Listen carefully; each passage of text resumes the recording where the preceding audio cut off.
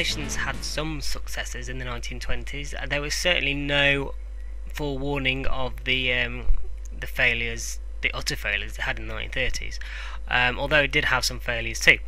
A good example you could use of a success is the Ireland Island disputes between Finland and Sweden. The Ireland Islands were probably equidistant between the two countries but belonged to Finland. However, most people there spoke Swedish, and both countries agreed to let it go to the League of Nations arbitration, who decided that it should stay belonging to Finland, and both countries accepted. There you go, a success. Two smallish countries, so the League was able to deal with it.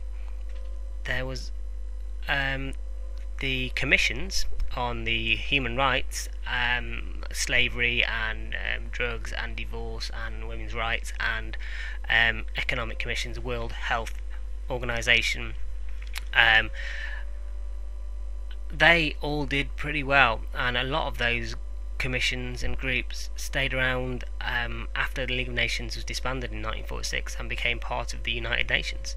So in terms of the advancement of human rights, the League of Nations did quite well.